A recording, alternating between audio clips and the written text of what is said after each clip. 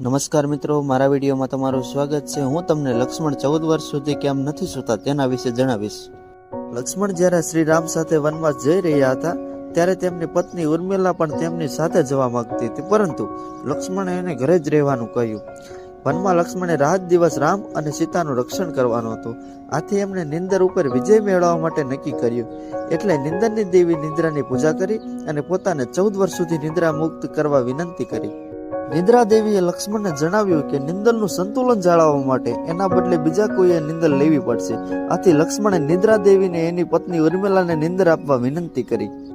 નિદ્રા દેવીએ અયોધ્યાના રાજમહેલમાં જઈને ઉર્મિલાને પૂછ્યું કે તે લક્ષ્મણને બદલે નિંદર લેવા તૈયાર છે। ઉર્મિલા 14 વર્ષ સુધી સૂતા રહીને શ્રી રામ, સીતા અને લક્ષ્મણને મદદ કરવા માટે તૈયાર થઈ ગયા। વનવાસના 14 વર્ષ પૂરા થયા અને રામનો રાજ્યાભિષેક થયો તે દિવસ સુધી ઉર્મિલા સૂતા રહ્યા।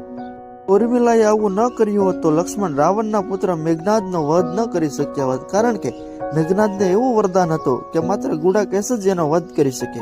ગુડાકેશ એટલે જેણે નિંદરને વ્યસ્ત કરી હોય એવી વ્યક્તિ।